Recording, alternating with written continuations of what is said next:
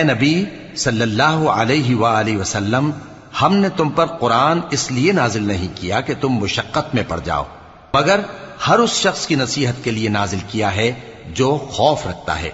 ये उस जात का उतारा हुआ है जिसने जमीन और ऊंचे ऊंचे आसमान बनाए, यानी रहमान, जो अर्श पर जलवा अफरोज हुआ। जो कुछ आसमानों में है और जो कुछ जमीन में है और जो कुछ इन दोनों के बीच में है और जो कुछ मिट्टी के नीचे है, सब उसी का है।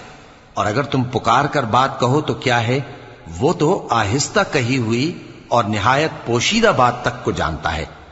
अल्लाह वो माबूद बरहक है कि उसके सिवा कोई माबूद नहीं है, उसके सब नाम अच्छे हैं। और क्या तुम्हें मूसा के हाल की खबर मिली है? जब उन्होंने आग देखी तो अपने घर वालों से कहा कि तुम यहां ठहरो, मैंने आग देखी है, मैं वहां जाता हूं, शायद उसमें से मैं तुम्हारे पास अंगार